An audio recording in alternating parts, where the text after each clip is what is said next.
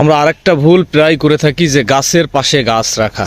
অনেকের ছাদ বাগানে দেখা যায় সবেতের সাইজ বাড়ে না। তো গাছের গোড়া যদি এরকম শক্ত টাইট হয়ে থাকে তাহলে শিকড় বৃদ্ধিতে কিন্তু সমস্যা দেখা দেয়। আসসালামু আলাইকুম, আশা করি সবাই ভালো আছেন আর আপনারা দেখছেন গ্রিনওয়েভ।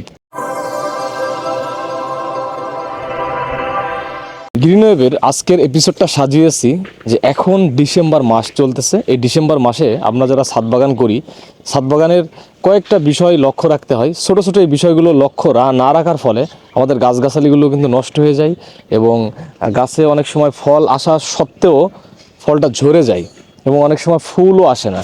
তো এই ছোটোখাটো কিছু বিষয় আছে, খুব আহামরি কঠিন কিছু না। আপনাদের এই ডিসেম্বর মাসে কী কী বিষয় লক্ষ্য রাখতে হবে এই বিষয়গুলো নিয়ে মূলত আমরা আলোচনা করব।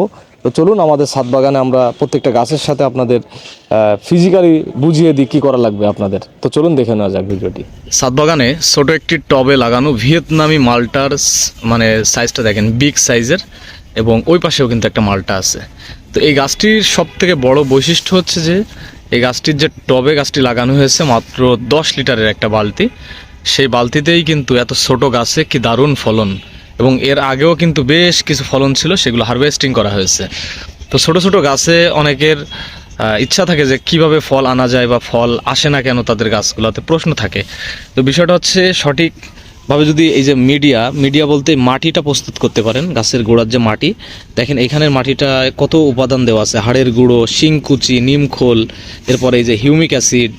হ্যাঁ, তো এইভাবে যদি আপনারা গাছের গোড়ার মাটিটা রেডি করে তারপরে গাছ লাগাতে পারেন, তাহলে কিন্তু আপনাদের বাগানের এই ছোট ছোট গাছগুলোতে কিন্তু এরকম দারুণ ফলন আসবে।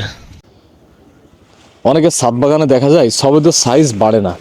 তো এই বাগানে দেখতে পাচ্ছেন আমাদের এই সবেদাটা কত বড় হয়েছে। এই পাশে যদি যাই, খুব বড় বড় কিছু সবেদা, হ্যাঁ, নিচের দিকে কিন্তু আরও অনেক বেশি সবেদা আছে।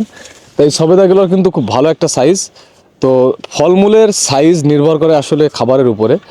তো যখনই ফলে এই ধরনের মার্বেল সাইজ চলে আসবে, তো আপনারা অবশ্যই চেষ্টা করবেন লিটারে 1 থেকে 1.5 গ্রাম বোরন সার এবং সাথে 1 চিমটি জিঙ্ক স্প্রে করে দিবেন। তাহলে আপনাদের এই ফলের গোড়াটা অনেক শক্ত থাকবে এবং ফলের সাইজ কিন্তু অনেক বড় হবে। তো আপনারা দেখতে পাচ্ছেন এই সাইজটা আরও কিন্তু বৃদ্ধি পাবে। 12 মাসই এই আমড়া গাছটিতে আমরা দেখতে পাচ্ছি ঝাঁকে ঝাঁকে আমড়া ধরছে এবং এই পাশে কিন্তু পরিপক্ক আমড়া, আর এই পাশে আরেকটা জেনারেশন বড় হচ্ছে। তো 12 মাসই জাতগুলোর বৈশিষ্ট্যই এরকম যে এক পাশে আমড়া ধরবে, এক পাশে ফুল হবে, এক পাশে খাওয়ার মতো উপযোগী আমড়া হয়ে যাবে। তো দেখেন এই যে টবটা আমড়া গাছের, এই টবের মধ্যেই কিন্তু যে খাবারটা আছে সেটি এই গাছ গ্রহণ করছে। তো ফল দেওয়ার মাধ্যমে কিন্তু খাবারটা এখানে শেষ হয়ে যাচ্ছে। তো যখনই গাছে এইভাবে এরকম ফল আসবে, আপনারা অবশ্যই গাছের গোড়ায় কিন্তু খাবার দিয়ে দেবেন। গাছের খাবারের জন্য অন্যতম একটা ভালো জিনিস হচ্ছে এই পেঁয়াজের খোসা। বাসায় যে পেঁয়াজের খোসাগুলো অবশিষ্ট থেকে যায়, আপনারা চেষ্টা করবেন এই পেঁয়াজের খোসাগুলো অন্তত 1 রাত পানিতে ভিজিয়ে সেই পানি অবশ্যই গাছের গোড়ায় দিয়ে দেবেন। তাহলে দেখবেন যে প্রাকৃতিকভাবে গাছ খুব ভালোভাবে খাবার গ্রহণ করতেছে। ছাদ বাগানে আমাদের আরেকটা ভুল প্রায় হয়ে থাকে, সেটা হচ্ছে যে এই গাছের গোড়াটা যদি দেখায়, একটা কমলা গাছ দেখেন, গাছের গোড়াটা কত শক্ত টাইট হয়ে আছে। তো গাছের গোড়া যদি এরকম শক্ত টাইট হয়ে থাকে তাহলে শিকড় বৃদ্ধিতে কিন্তু সমস্যা দেখা দেয়। তো গাছের গোড়াটা সবসময় খুঁড়ে দেওয়ার চেষ্টা করবেন, যে খুসনিগুলো আছে খুঁড়ে দিবেন, এবং খুঁড়ে দিলে যেটা হবে গাছের গোড়ায় প্রচুর পরিমাণে অক্সিজেন প্রবেশ করবে এবং আপনাদের গাছগুলোতে খুব ভালো ফলন আসবে। ছাদ বাগানে নার্সারি থেকে যখন গাছ আনা হয় তখন একবারেই এরকম বড় টবে প্রতিস্থাপন করবেন না। প্রথম 6 মাস অন্তত এরকম ছোট টবে রেখে গাছটাকে ম্যাচিউর করে নেবেন। এই দেখেন, এই গাছটা ছোট টবে আমরা ম্যাচিউর করে নিচ্ছি। অন্তত 6 থেকে 7 মাস 10 বা 20 লিটারের বালতিতে রাখার পরে এরকম মেন টবে আপনারা প্রতিস্থাপন করবেন, তাহলে গাছের গ্রোথ এবং রেজাল্ট খুবই ভালো পাবেন। আপনাদেরকে একটা জিনিস দেখাই, এই যে এই পাশের যে কমলা গাছটা, এটা মোটামুটি 6 ফিট সাইজ। ছাদ বাগানের জন্য একটা পারফেক্ট সাইজ বলা যায়। 6 ফিট উচ্চতা রাখার চেষ্টা করবেন। কিন্তু এখানে আমরা একটা ভুল করেছি, দেখেন এই গাছটার সাইজ দেখেন প্রায় কত বলা যায় 20 ফিটের বেশি। ছাদ বাগানে এই গাছ রাখার সমস্যা, বেশি উচ্চতার গাছ রাখার সমস্যা 2 থেকে 3টা। তার মধ্যে একটা হচ্ছে ঝড় হলে কিন্তু এই গাছটা পড়ে যাওয়ার সম্ভাবনা থাকে, এবং উচ্চতা বেশি থাকার কারণে এই গাছে কিন্তু ফল আসবে কম। হ্যাঁ, তো আমরা এই আগাগুলো 6 ফিট রেখে, এই যে 6 ফিট রেখে আমরা এই আগাগুলো এভাবে ছাঁটাই করে দেবো। এখান থেকে কাঁচি দিয়ে ছাঁটাই করে দিলে সাইড থেকে কিন্তু অনেক কস বেরোবে এবং আরও বেশি ফল ধরবে। তো আমরা অবশ্যই মাথায় রাখবো এগুলা, যে ছাদ বাগানে যত গাছ আছে এগুলোর জন্য প্রুনিংটা কিন্তু অনেক মেজর একটা বিষয়। এই যে এই পাশের গাছগুলো দেখেন, যে গাছগুলো কিন্তু প্রুনিং করে একটা খাটো শেপ দেওয়া রয়েছে, মানসাই শেপ, যার ফলে কিন্তু এই গাছগুলোতে ফলনও বেশি হবে, আবার ঝড়ের সময় গাছের কোনো রিস্ক থাকবে না। আমরা এখন আমাদের ছাদ বাগানে 12 মাসই একটি দামি জাতের কমলা মালটা গাছের সামনে আছি। এই যে দেখতে পাচ্ছেন এখানে কিন্তু অলরেডি ফল হয়ে আছে, আবার এদিকে ফুল হয়ে আছে।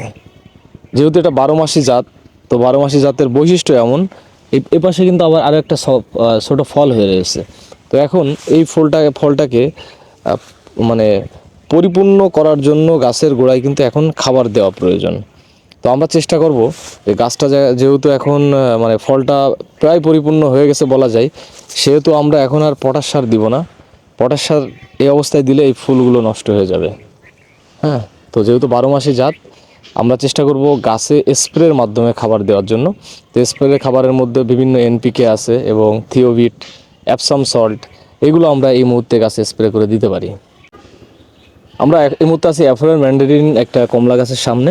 এই যে দেখতে পাচ্ছেন নিচে আগাছা জন্মাইছে, তো আপনারা চেষ্টা করবেন টবের আগাছাটা নিয়মিত হচ্ছে আগাছাগুলো তুলে ফেলার জন্য, না হলে কিন্তু গাছের খাবার শেয়ার করবে। আমরা আরেকটা ভুল প্রায় করে থাকি, যে গাছের পাশে গাছ রাখা, অর্থাৎ এত ঘন ঘন গাছ রাখা যাবে না। এখানে 3টা গাছ রেখে আপনাদেরকে জাস্ট বোঝানোর জন্য আমরা রেখেছি। দেখতে পাচ্ছেন একটা গাছের ঠিক খুব কাছাকাছি আরেকটা গাছ রাখা, তারও কাছাকাছি আরেকটা গাছ। হ্যাঁ, তো একটা গাছের থেকে অন্তত 5 ফিটের দূরত্ব থাকবে আরেকটা গাছ রাখার জন্য। তো ঘন ঘন গাছ রাখলেও কিন্তু গাছের সঠিকভাবে রেজাল্ট পাবেন না। এই ছোটোখাটো টিপস নিয়ে একটা ভিডিও করার কারণ হচ্ছে, লাস্ট কয়েকদিন কমেন্টসে কিন্তু অনেকে জানতে চাচ্ছিলেন যে গাছের এইটা করলে কি হবে, বিভিন্ন ধরনের প্রশ্ন করছিলেন।